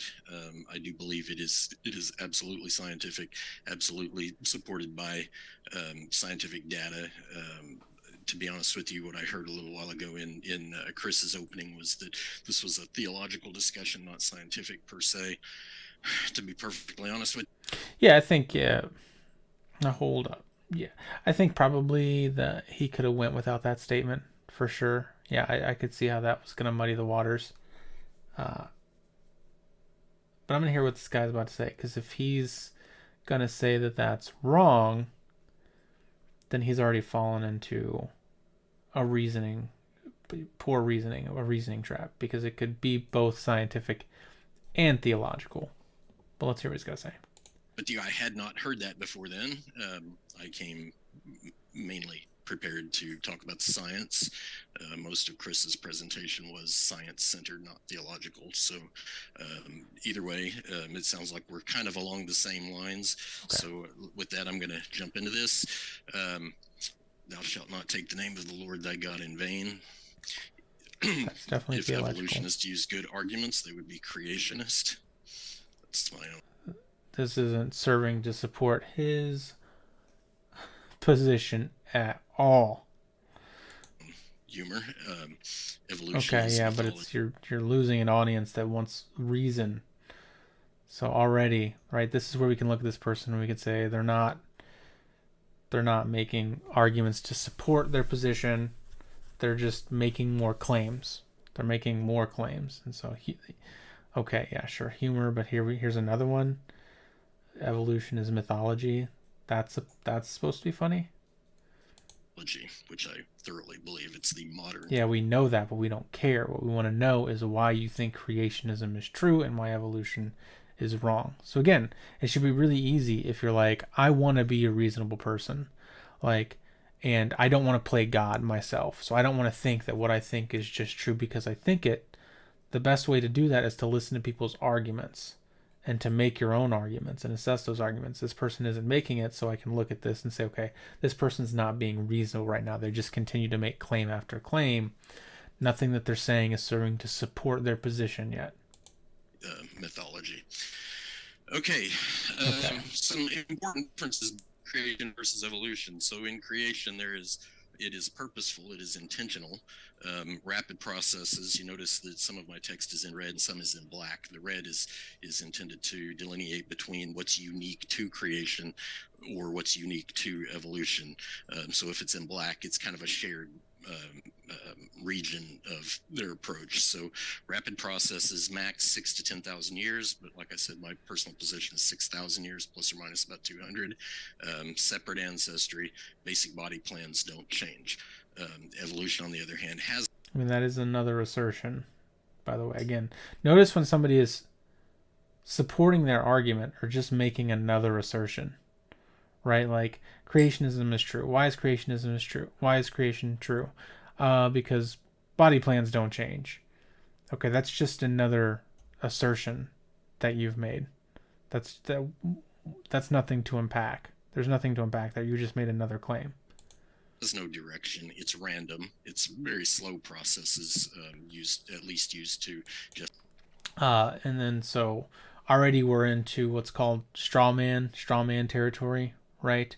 So he doesn't understand that evolution is natural. He probably does understand it. Like if you said the word natural selection, the phrase natural selection, I think he would know what that is. But the fact that he's ignoring that here is, again, a bad sign. It's showing that he's not thinking about the actual reasoning components of the different arguments on each side. Otherwise, he would understand that evolution is guided by natural selection. So it's not that there's no direction. It's that it's in the direction of whatever benefits the organism given the context of nature, whatever environment they're in. That's not no direction. But again, he kind of needs it to be that way. Now, the genetic mutations are mostly, they can be random. Justify, you notice that it rapid and slower in black because as creationists, we obviously are perfectly fine with very slow processes, and the evolutionist is fine with very rapid processes. Doesn't really delineate between the two positions. Evolution. Okay. If I am understanding here correctly, he might be correct, and that creationists would be fine with a very slow process, like if it took more time, and evolutionists would be fine with a very rapid process. Yeah, rapid being in quotes. Yeah, because evolution can happen at different rates depending on different environmental factors, like what's your competition, what other organisms are you competing with, what's the environment like. It seems that evolution can happen quickly as in still like millions to billions of years old, or slowly as in much more billions. Believes in a 4.5 billion year Earth and a 13.8 billion year universe for the age, universal common ancestry, and drastic body plan changes over time. Okay, so why do people think that evolution is science? Is it because it's evidence-based? Is it meticulous methodology? Is it data-driven? I don't think people think that evolution, maybe some people do think evolution is science, but it's more that evolution was derived through science. It was a concept developed through doing science. So it's a bit weird phrasing, but yeah. Does it withstand the test of time? Are the methods consistent with design and development? Is it peer-reviewed? Is there no conflicting data that renders two possible but mutually exclusive interpretations? No conflicting data that renders two possible but mutually exclusive. I'm going to answer those real quick. Evidence-based, obviously, yes. It's based, has some root in evidence. Okay. But then so does the creation position. Is it meticulous methodology? Yeah. We're on the same page at this point. Yeah, so that was good. Great. Yeah, I would say yes. It definitely refers to a methodology that is meticulous. Is it data driven? Yes, it does have data behind it. We need to explore exactly what that means later, probably. Does it withstand the test of time? Absolutely not. If you don't like the evolution story today, stick around. It'll change. Methods are consistent with design and development? Absolutely not. There are two methods are consistent with design and development. Okay. Different approaches to origins versus real-time material, medical, and technology advances. And I'll talk about that later. Is it peer-reviewed? Yes, there is a peer-reviewed system. Is it perfect? Absolutely not. Does it let a lot of garbage through? Absolutely yes. Yep.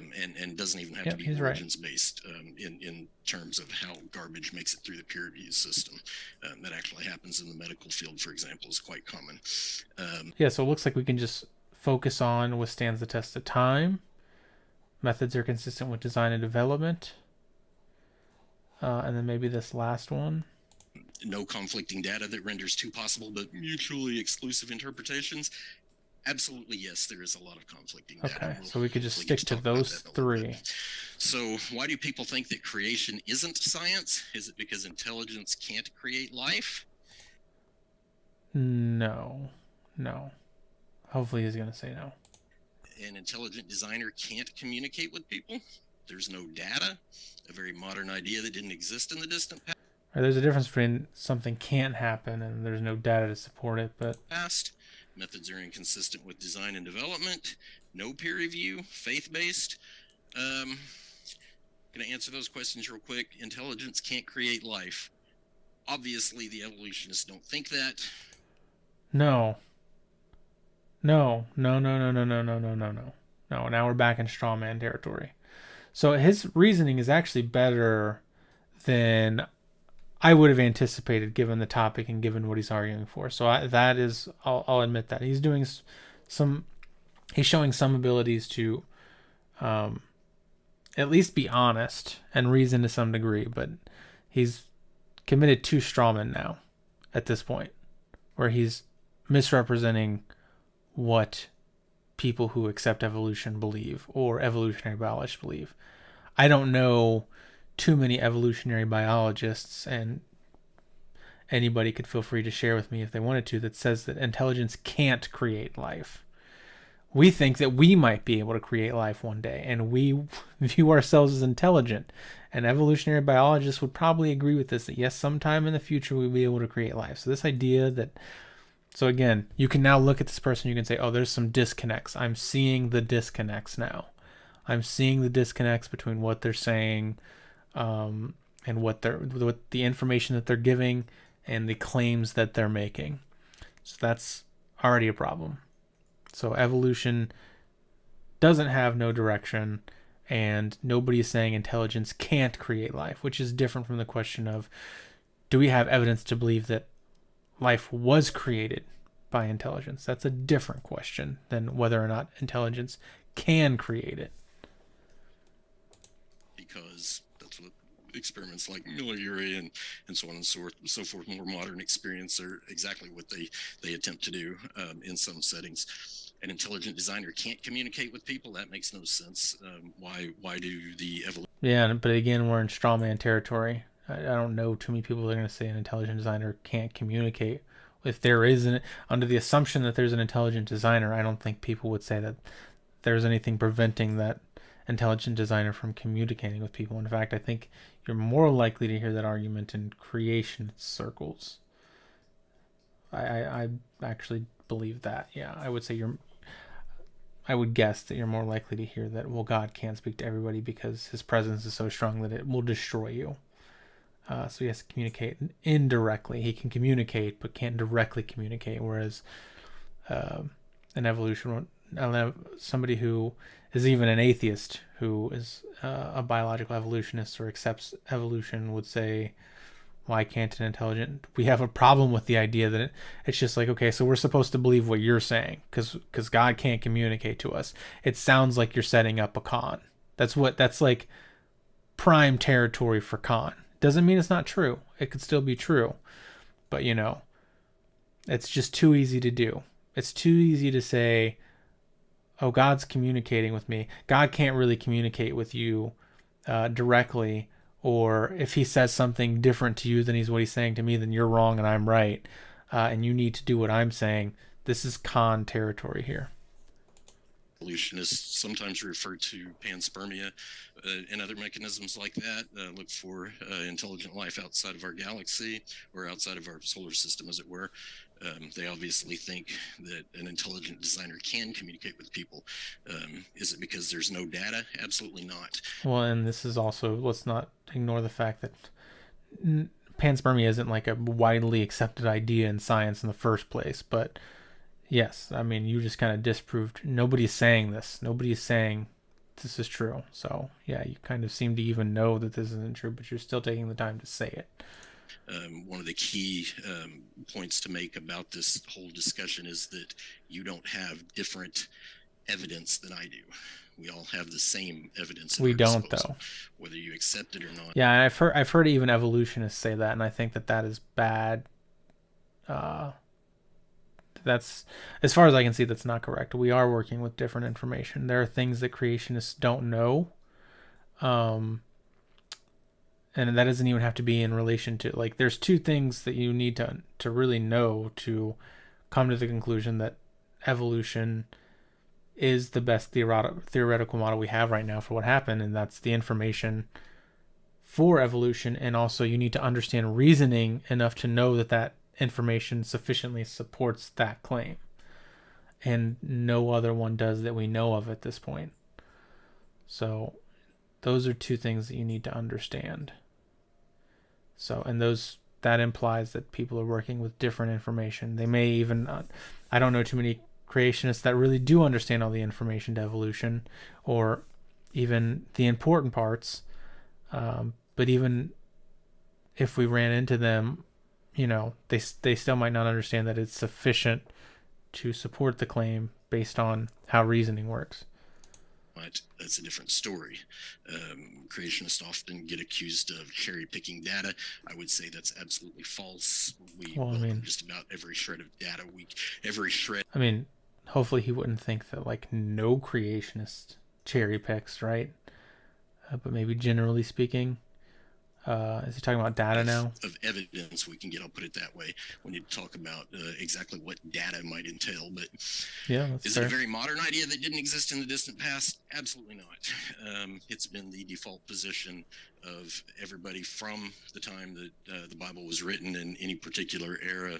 Whether you're talking about the Pentateuch or the which is irrelevant, right? And again, I can't tell if he's trying to make the argument here. This is where you might ask him the question, but are you saying that because people have believed this in the past, that means that it's true now, right? We can all understand why that's bad reasoning.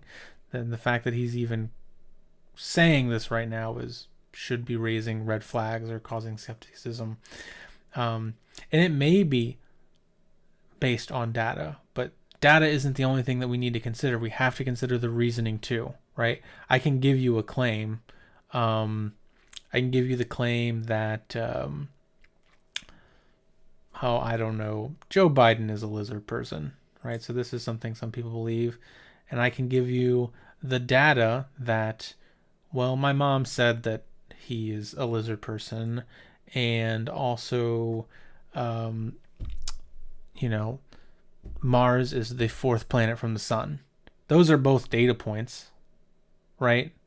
Those are both two pieces of information, maybe not data points. I guess we could define data, but we could incorporate that too. Joe Biden's a lizard person, and roughly 85% of Americans believe in God. That's data, right? But then the question is, does the data serve to support the claim? This is the reasoning aspect. And it's at that point where we can see, okay, you can use data, but it doesn't mean that it supports a claim. So you may have the data, but the question is, does the reasoning connect the data to the claim? And that's where I think, even if you're getting data, you would need to do that with a lot of creationist arguments to see that it doesn't. The prophets or all the way through the New Testament, that's pretty much the biblical position from any given narrator or character's perspective, is that the literal creation of Genesis is the truth. Methods are inconsistent with design and development. No, they're not. They're actually much more consistent with design and development specifically. And I'm just going to mention this quickly. We can talk about the details later. But well, he said he's an engineer, so this would be interesting. I think he should be speaking more on this because I've talked to engineers as well, and they talk about how the design and development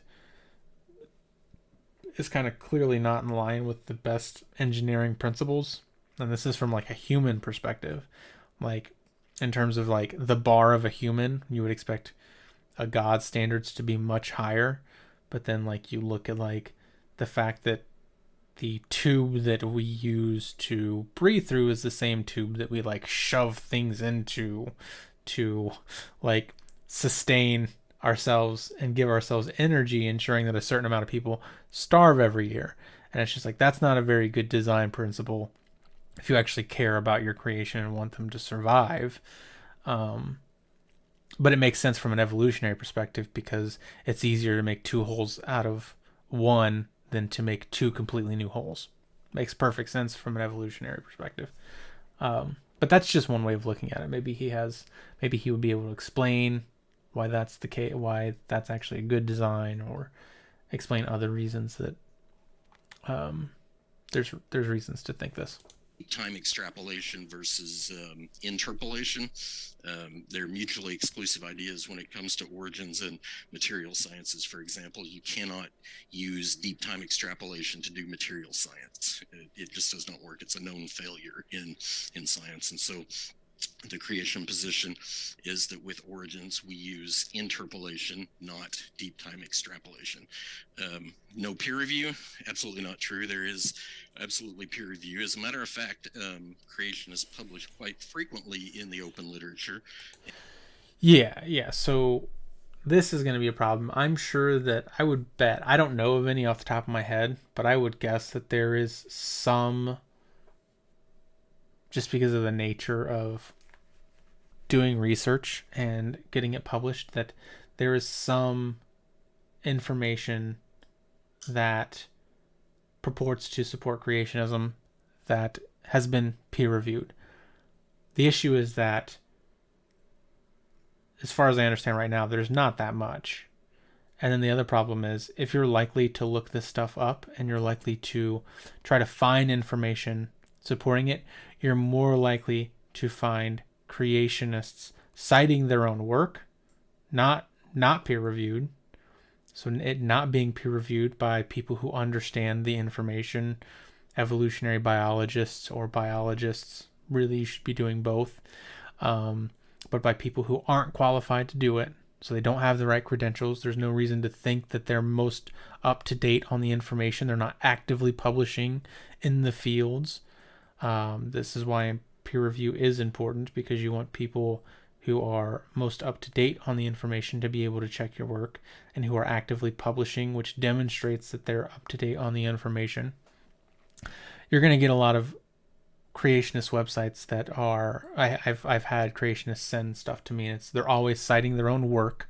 They're not citing anything from peer reviews. It's always links to other articles that they've written, which is a red flag. Let's hear what he has to say about faith-based, because if it's not faith-based, that would be a problem for Christianity, wouldn't it? Maybe not. I'm not going to get into that. And so they're technically using the same peer review system for they're not, though. What we believe as the secular community uses for the evolution position. Is it faith-based? That's a long discussion. I'm not going to go too far into that, except that I will say that almost never have I heard an evolutionist give a proper rendering of exactly what faith is. So is it faith-based? I will say yes. Wait, why is that the responsibility of the evolutionist? People, and I'm guessing you mean, again, secular evolutionists, because there are evolutionists who believe the Bible, mostly metaphorically, and there are evolutionists who have faith or whatever. But why is it the job of a secularist or somebody who doesn't believe in faith to define faith? It's on the person who says that faith is a thing to define faith. Well, Not that evolutionists don't think faith is a thing, but it's on the person who is utilizing faith to tell us what faith means to them. That's weird. I seriously doubt very many people at all understand exactly what biblical faith is. It tends to be rendered in a very modern context and very inaccurate at that. So, is evolution actually science? Well, extreme extrapolation for dating methods says no. It's incompatible with how you design and build, and with the limitations in like I said, medicine, technology, and material. Is evolution actually science? Extreme extrapolation for dating, incompatible with design and building. Let me go back and try to hear what he was saying here. Understand exactly what biblical faith is. It tends to be rendered in a very modern context and very inaccurate at that. So,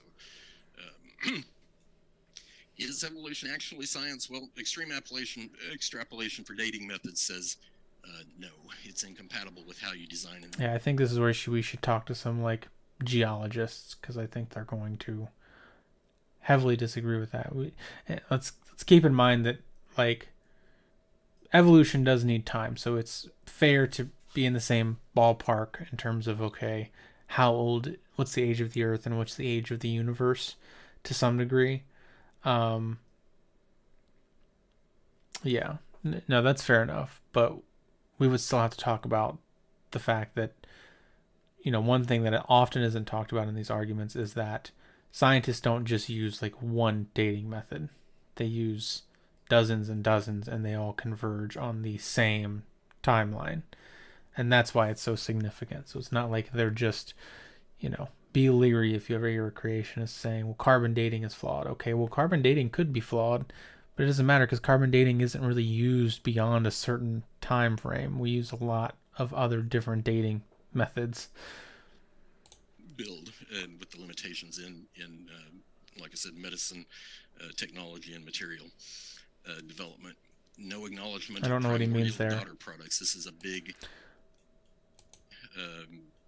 deal to me when it comes to radiometric dating, because it's like every single radiometric sample that's taken, it's rendered as if the daughter product could only have come by radio. Okay, so if that's the only way that we know that it happens, generally, obviously we're going to have to take it that way. But yeah, so this is like close to an argument from ignorance. Okay, so the reality is that we use potassium argon dating.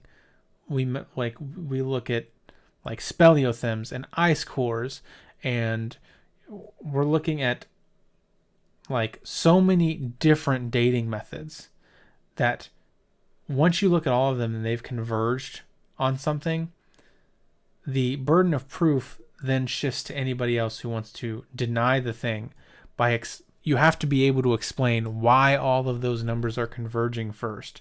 So trying to poke little holes and stuff like this is insignificant. It's kind of like if you were in a courtroom and it's like, okay, look, we have this person's, like, their fingerprints are on the murder weapon, their DNA is on the murder weapon, their DNA is mixed with the other person's.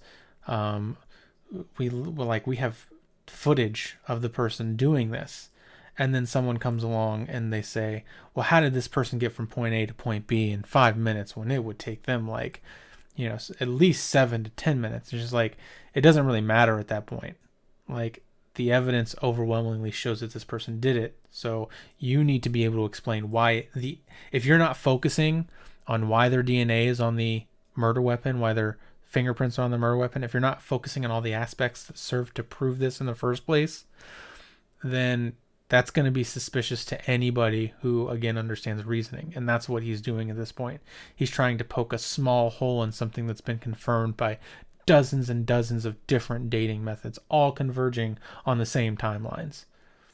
Okay, so then this question that he's using, okay, sure, we can think about it, but you need to explain why all the other dating methods are converging on the same dates first. And then you will start to actually disprove it. Again, this is done a lot in people who don't understand reasoning. To decay without giving thought to what process created the elements in the first place. And whatever that process was, I don't care whether you're an evolutionist or a creationist, whatever that process was, it certainly created both parent and daughter simultaneously. But acknowledging that kind of renders radiometric dating useless, because you don't know what the starting point is supposed to be and able to... Yeah, and if radiometric decay was the only process, he might have a point. No, he wouldn't. I'm sorry, I can't. He still would not have a point. He needs to be able to explain why we should believe anything other than what the information indicates to us. Right? He's saying it's based off of partially an assumption, but it's based off of an assumption that is because of data. So if you want to say that it doesn't really work that way, then you need to show us the information showing that those two things are happening simultaneously, apart from just like, you can notice. And then again, this is another indication that someone is reasoning poorly, is that they're in their own mind. So wouldn't it serve that these two things were created equally? This is like, well, that's in your head. That's your intuition about it. They're using actual information and what's happening today with what we see occurring in these isotopes, right? So it could have been different in the past. Yeah, sure. But you're the one that has to prove that it was different in the past. It's not us to prove that it was the same when it's what we're seeing right now. Analyze samples. Can't account for existence of heavy elements, particularly as it relates to planet building. What processes created the uranium that is on the Earth today, for example? That's what I was just talking about. Yeah, I mean, again, this is kind of related to the age of the Earth is important to the aspect of evolution, but I think it is interesting that he's mostly focusing on the age of the Earth at this point and not exclusively the evidence for evolution, which is the DNA evidence. That is the primary evidence for evolution. And that makes a lot of these claims moot, because given what the genetic evidence indicates, species and organisms would have to have time to develop in a way that they're branching off from each other. So maybe it happened that, they were in a hyperbolic time chamber or something like that. And so, maybe something like that, but it doesn't matter because that's what the DNA evidence shows. So the fact that he's not, at this point, he seems to be mostly focused on the age of the Earth and not the overwhelming DNA evidence. Like, that proves it the same way that it proves that someone is somebody else's son or daughter or child, is again a red flag. I will submit that there is not an evolutionist alive that knows what processes created the uranium that's in our uranium ore mines on Earth today. Ignores fundamental physics when... I certainly don't know that. I wonder why he's saying that, but I also don't know why it matters. Can't account for the existence. It doesn't. Yeah, see, this is the issue. He's doing exactly what I was saying before. We have the murder weapon. We have a video of this person murdering the person. Like, their fingerprints are on the weapon. We know that the motive that this person had. People saw them in the area. Well, you can't account for the fact that they got from point A to point B and so on. It doesn't matter at that point.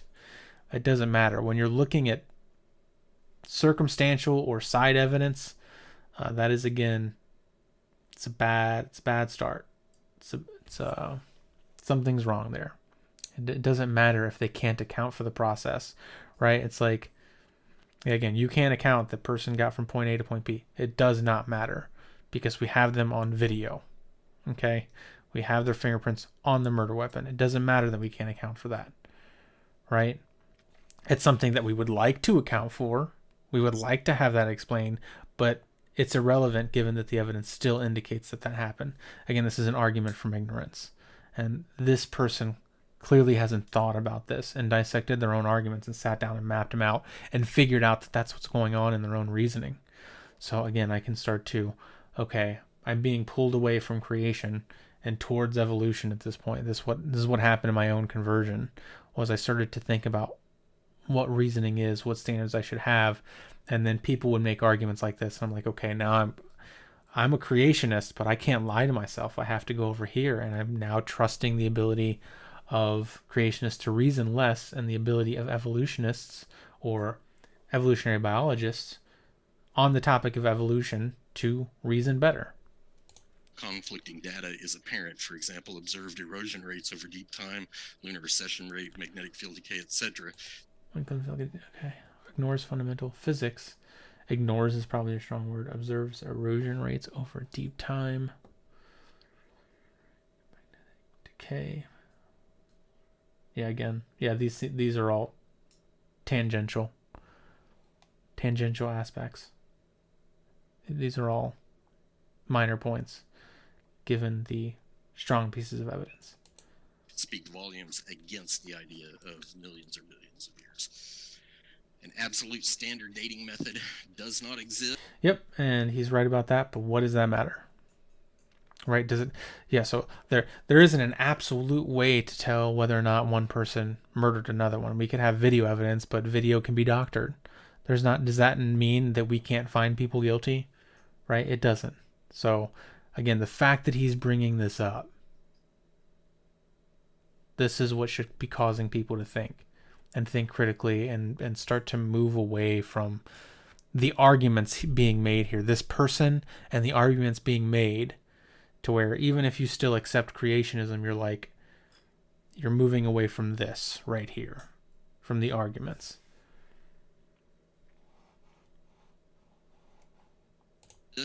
Every dating method for deep timelines beyond accepted archaeological standards is cross-checked against another method that has to be cross-checked against something else. So isn't that something that you want? Don't you want multiple converging different dating methods, completely different dating methods to all be converging on the same answer? That strengthens something. How does that serve to make something worse? The fact that there are two separate dating methods that converge on the same date for something, or that there are 10 different dating methods all converge on the same date, right? Again, if we go back to that murder scene, no, there's no absolute way to establish someone committed a crime, but the neighbor saw him there at 10 o'clock. There's a camera that sees him going into the building at 10 o'clock. A watch was broke in the house, and it was 10 o'clock when he was in there, roughly 10 o'clock, right? All of those things, just they couldn't establish an absolute standard. They don't need to. And the fact that multiple things are indicating that that's the time it happened only serves to strengthen the argument that that's what happened. There is no absolute dating. If there were, the proof text would be that you could have one particular method that would always work and never fail and never have to be quote unquote calibrated against some other parameters. Okay. Yeah, that's just not really understanding the nature of our universe. Right? It's very hard to find actual absolutes in our universe. There seem to be exceptions for everything. Right? Lots of things in this universe are relative. We have to check them. It's, what time is it? Well, that's relative to where you are on the planet. Does that mean that time doesn't exist? Right? Some people may say yes, but anybody that wants to live in reality, right, is going to say, well, of course time exists. It's just relative.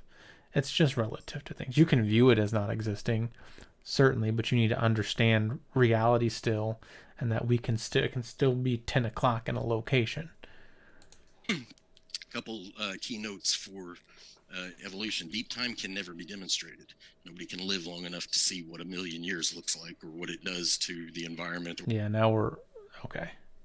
Yeah, I'm going to finish his closing argument here, but this is, what I'm talking about. This creating a ridiculous standard shows an inability to reason. Deep time, right, can never be demonstrated. There's lots of things that can't be definitively, absolutely proven. That doesn't mean we don't have good reasons for believing them. And Christian and religious people do this. Religious people believe lots of things that they can't have absolute certainty of, but they still believe it, and they don't have any qualms about it. They only have a qualm when it is indicating something they don't want to believe. That's a problem. or to biology or anything else. Radical body plan changes over successive generations can never be demonstrated because in the evolutionary fundamentals it takes too long. Yeah, I think he's being very liberal with the idea of body plan, because we have seen a lot of morphological evidence that things can change even in a small amount of time. And again, if he's just saying absolutely, he means demonstrated. If he means absolutely, we don't need it. He wouldn't even agree that we need it. He's just doing it here because the alternative is too uncomfortable. It's too uncomfortable. No one can be we can't be absolutely sure that one person murdered another one. There's two, anything's possible. Yeah. But that doesn't mean we don't go to court. That doesn't mean we don't believe one person didn't murder another person. Right? That would be ridiculous. But if you didn't want that person to, if you didn't want one person to murder another person, these are the arguments you might start making. We can't really be sure, right? These are the arguments you start to make once your back's against the wall and you don't have anywhere else to go. Fundamentally, there is no technology that can ever be developed based on the exclusive characteristics of the evolutionary paradigm. Because things that make it different are deep time. You can't use that to develop technology.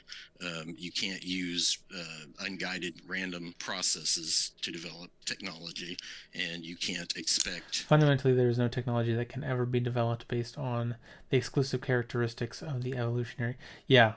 Okay, I see what he's trying to do, but again, he's playing with the word technology. Species aren't technologically based. Technology has to do with knowledge that we have.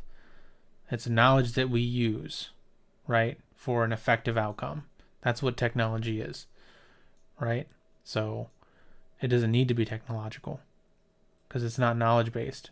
It could be knowledge based, but we don't have a reason to think it is knowledge based now. Your technology to basically... This is kind of like the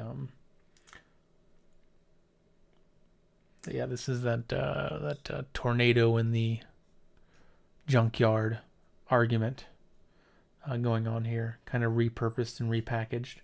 But it does not matter because the DNA evidence, because of what we understand about DNA, indicates pretty conclusively that we are related, whether we like it or not. I get it, it's an uncomfortable concept, especially if you have certain beliefs or ideologies. But if you believe that we can understand that your kid is your kid, then there's no reason to not accept evolution. It's the same reasoning going on there. To not do it is just to be dishonest. Change itself drastically over said deep time. Okay, so ultimately, nothing about deep time or evolution can ever be demonstrated because that would require the use of principles exclusive to the creationist paradigm. Hey, James, if I'm going long, please let me know because I'm not timing myself here. You got it. Got about another minute or so. Thank you. Yeah. Never mind. I'm not even going to address the last one. Okay, converging lines of evidence. Creation timeline is based on independent methods that aren't calibrated against each other. So cold subducted slabs is one thing, completely independent of Earth's magnetic field decline, completely independent of ocean salinity, completely independent of lunar recession, population metrics, dinosaur soft tissue. Based on independent methods that aren't calibrated against each other. Okay, so he's talking about calibration, and he's still, no. Not all dating methods are calibrated against each other.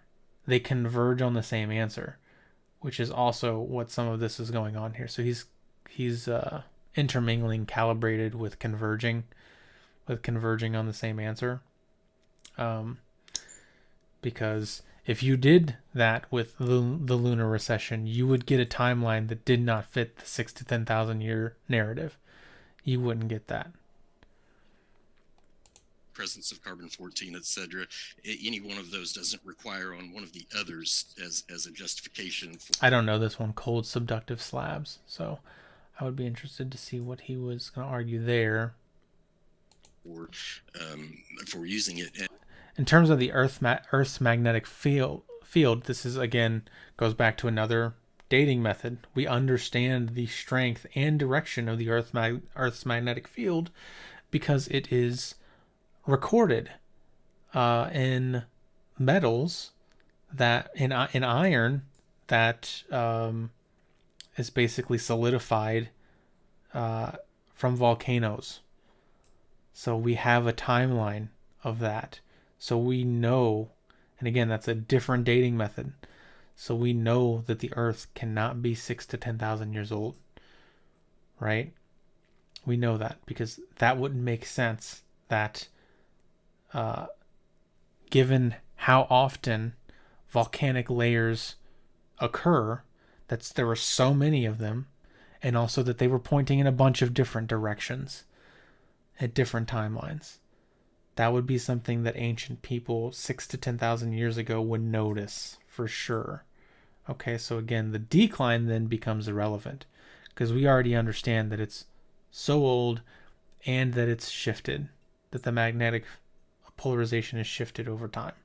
So the decline becomes, at that point, it's something to look into. Don't get me wrong, in terms of being interested in science and stuff, it's something we can look into, but it becomes irrelevant in comparison to the evidence. And that's not something we have to calibrate, by the way. It converges, right? It converges with geological strata. It converges with radiometric dating. But like I said, there are multiple. But notice he only talked about radiometric dating. Yeah, okay, he does have ice cores here finally. Yeah. Carbon-14. Yeah. He's mostly talking about. Notice that he didn't talk about the fact that we do have a record through iron of iron and solidified in volcanic layers of the magnetic field, and even the strength of it and the direction of it. And keep in mind too that we're not using these as dating methods per se. What we're actually using them for is get checks against other methods that might be used to try and date something. Evolutionary timeline is based on dependent methods. No, yeah, see, no. Carbon-14 is not dependent on ice cores. They converge on some of the same information, but they're not dependent upon one another. So again, he's showing that he doesn't really understand the information. Calibrated against each other, which basically gives you a rubber ruler. Now, some of these are not directly connected to each other, but when you span deep time, you have to make jumps from, say, carbon-14 to oxygen isotopes and VARVs to an ice cores to radiometric dating and geology and so forth. So there's kind of leaps in between there. So it's not like non-biological radiometric dating is calibrated against carbon-14 because it's not. Nevertheless, there's a chain there. So radiometric dating. That's one of the things I was just talking about. Okay, so I might have to go back and listen to what he said, but I don't want to. References geology as its backdrop. So with that, I'm going to stop and yield my time so we can enjoy an open discussion. Thank you very much for that opening as well. And before we jump into the open conversation, do want to say, dear friends, thrilled to have you here. We are excited to let you know, if you didn't know about this, we are moving over onto TikTok, as we think this is a great opportunity for us to expand modern day debate. Yeah, that's what I'm about to do. Exposure in terms of bringing more people to I might this try to look up platform. how to do that right now. So, actually, do want to let you know, I am going to put that TikTok link in addition to the description box. I'm going to pin it at the top of the. Okay. Yeah, that's it for me. So again, I think it's much more helpful to even map arguments. This has been shown in research that teaching people how to map out arguments, mapping it out for them, can help them think through some of these things. So that's what I would have. I'm not going to watch all of this, but Chris Thompson, it would be nice to hear him address some of the reasoning of Trock and talk about how not all dating methods are necessarily calibrated to one another, that they're converging on some of the same information, and that he is essentially, even to use the analogies, what he's doing is a lot like if we had a lot of evidence that someone murdered somebody else, but he's concerned that about how person got from point A to point B so quickly, or how did this person do it with a bad arm, right? Like some of these things, or how did this person do it when they have like a bum knee? Like these are minor details once you have a certain level of information. And so, and the straw men, to point out the straw men, right? To say that it's not guided. Chris will probably talk about that. And why does he think that it's unguided when it's guided by nature, right? That nature is selecting for certain attributes and not.